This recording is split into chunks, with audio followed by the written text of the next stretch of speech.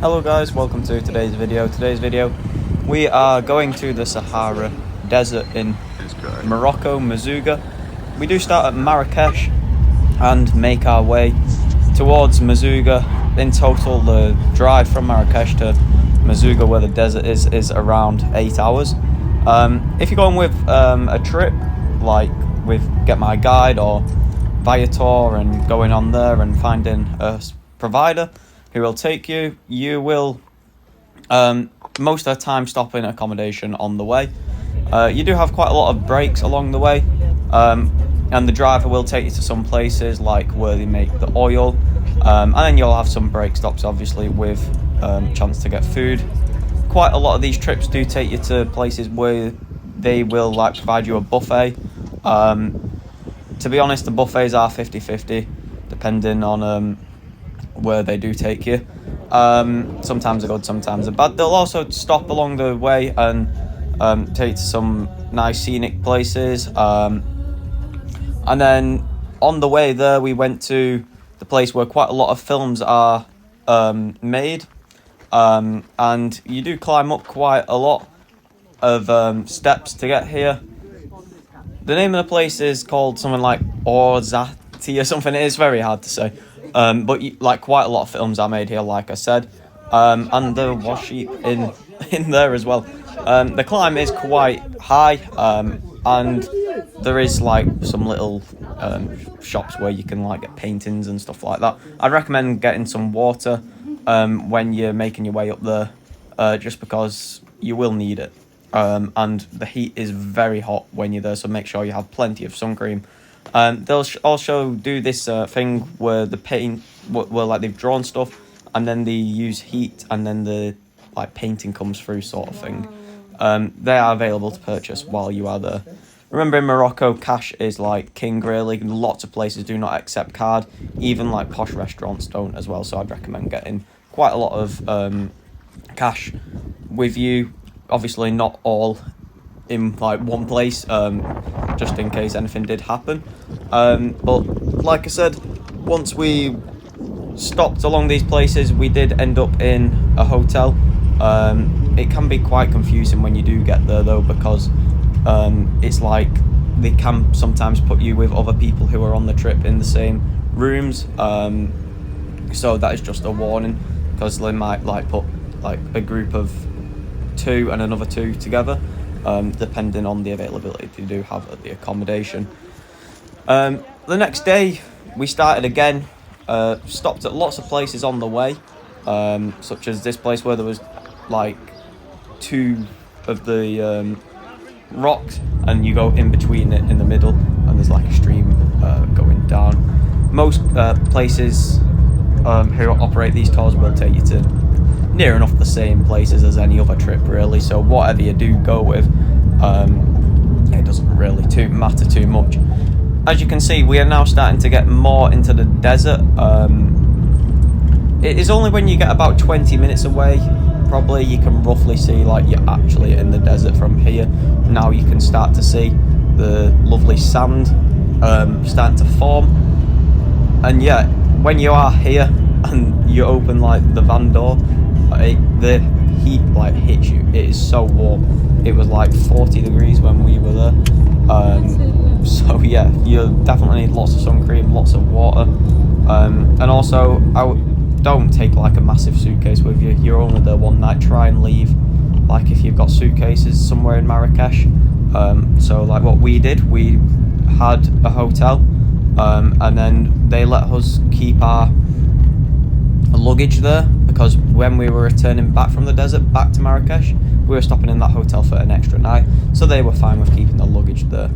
From here you can start to see the lovely scenic views of the desert in Merzouga. This is where the tours will take you, and when you get off the van, you'll either have the option to do quad biking, or you can wait in a hotel sort of thing while the people do quad biking, and then you'll all go on a camel ride. For the extra money, I'd definitely recommend getting the luxurious campsite, though. Now we do go onto the quad bikes. I'd recommend bringing a backpack with you for this. Obviously don't have lots of stuff in it, just water really, and like a camera, your phone, just to keep it away, because you'll never find it if it falls out of your pocket. So make sure you have a backpack or like a little bag or something, so you can just keep your stuff safe. And definitely bring some water with you, because you will be thirsty, guaranteed. The heat is very, very hot, like I said, so you'll need plenty of sun cream. Once you do get to the top on the quad bikes, you'll have a lovely view. It's quite really quiet up there. It's really relaxing. But yeah, be careful on the quad bike, so because we kind of got stuck in some sand, and we had to like reverse back down the slope, so that we were able to carry on back up the hill. Here is some GoPro footage that I managed to get on the quad bikes.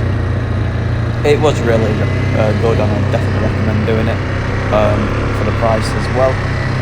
It is good fun. It's like once in a lifetime opportunity, really. And you will be with other people. So for example, with us there was about 15 quad bikes probably in total. And once you come back from off the quad bikes, you'll go to the van, get your remaining of luggage, whatever. They will put it in a car. So for example, if you had a little suitcase, not as if I'd recommend bringing a suitcase, they would put it in a car and take it to the accommodation for you while you go on the camel ride. The camel ride approximately takes around 45 minutes in total. So like I said, I just brought some water with me and put it where I was sat, really, and that was good enough. It is really good. I definitely recommend the camel ride. It does get a bit uncomfortable after a bit, but it is worth it. You can have the option as well to go in the Jeep to get you there, but like I said, you're not really getting the full experience, especially what you pay for as well. So I definitely recommend going on the camel ride. Depending on what time you are coming back at as well, you might have the option to go on the camel both ways.